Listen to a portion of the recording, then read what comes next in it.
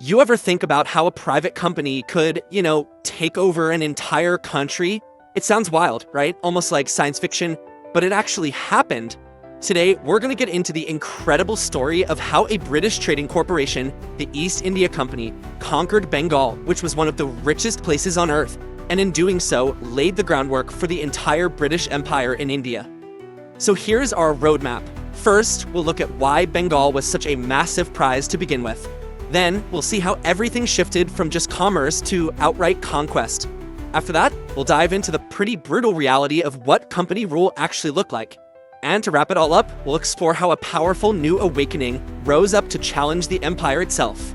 Alright, so first things first, why Bengal?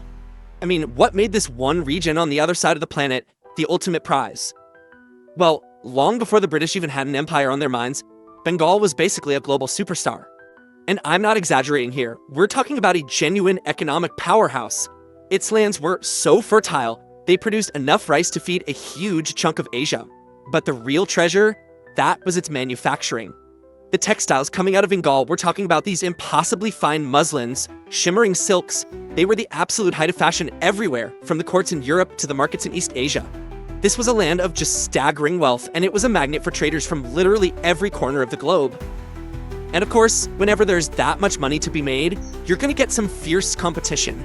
The Portuguese were the first Europeans to show up, then came the Dutch. By the 1600s, the British and French East India Companies were in the game too. For more than a century, they were all just players in Bengal's booming market, fighting for trading rights and access to its incredible products. But one of them had much bigger plans than just trade. And this is where the whole story just takes a massive turn. The race for profits is about to become a full-blown battle for power. That's the real question here, isn't it? How on earth does a corporation with a board of directors meeting in London end up ruling over millions of people? Well, the answer really hinges on one single decisive moment, a battle that would completely change the course of history. And it all comes down to this right here, the Battle of Plassey in 1757. On one side, you've got the young, 22-year-old Nawab of Bengal, Siraju Dowlah, trying to defend his kingdom.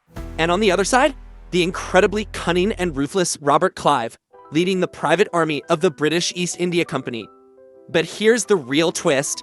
This wasn't some straightforward military victory. Not at all. The Nawab's army was way, way bigger than the company's forces. The thing is, the battle was basically won before a single shot was fired. Key people in the Nawab's own camp, including his top general, Mir Jafar, had already cut secret deals with Clive. So this was a victory of conspiracy, of bribery, and of exploiting internal rivalries just as much as it was a victory of arms. So after Plassey, the East India Company puts a puppet ruler on the throne, and for all intents and purposes, they hold the keys to the kingdom. They weren't just merchants anymore. They were the power behind the throne. Then, the final piece of this corporate takeover clicks into place in 1765. The company gets something called the Diwani rights. What does that mean? It means they now had the legal authority to collect all the taxes from Bengal, Bihar, and Orissa. Just try to imagine a foreign corporation being given the power of the IRS for an entire country. It's wild. So now, with total control of the treasury, the company has one and only one objective: make as much profit as possible for its shareholders back in London. They had all the power of a government, but absolutely none of the responsibility. Things like local infrastructure, agriculture, the welfare of the people, completely ignored. And this whole situation created a ticking time bomb. And that bomb went off in 1770. A drought hits, but the company's policies turned what was a crisis into an unimaginable catastrophe. They just kept collecting taxes. In some cases, they even raised them. The result was the Great Bengal Famine. It killed an estimated 10 million people.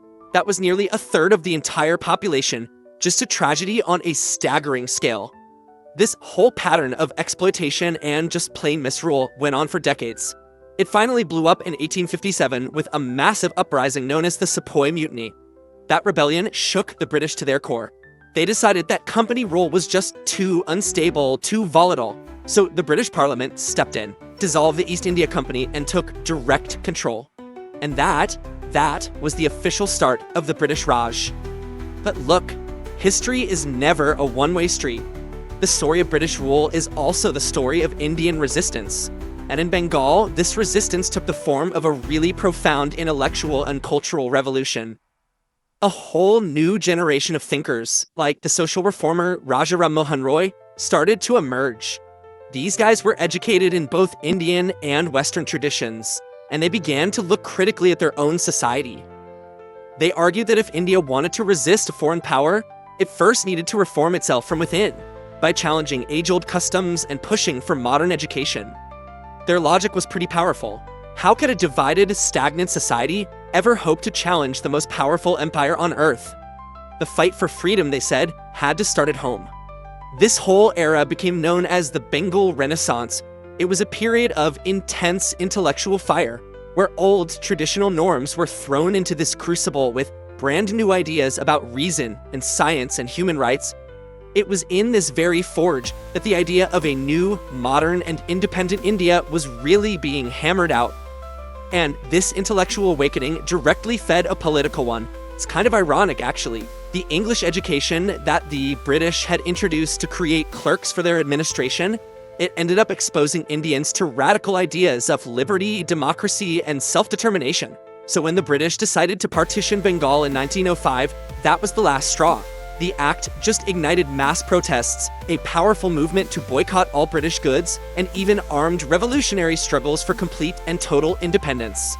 So you see, in the end, the conquest of Bengal, which all started with a company's search for profit, ultimately sowed the seeds of its own destruction. The very institutions, the ideas, the connections the British built to control India, those became the exact tools that Indians used to fight for their freedom. And it really leaves us with a powerful question, doesn't it? Once the spirit of a nation is truly awakened, can any empire, no matter how powerful it is, really hold on forever?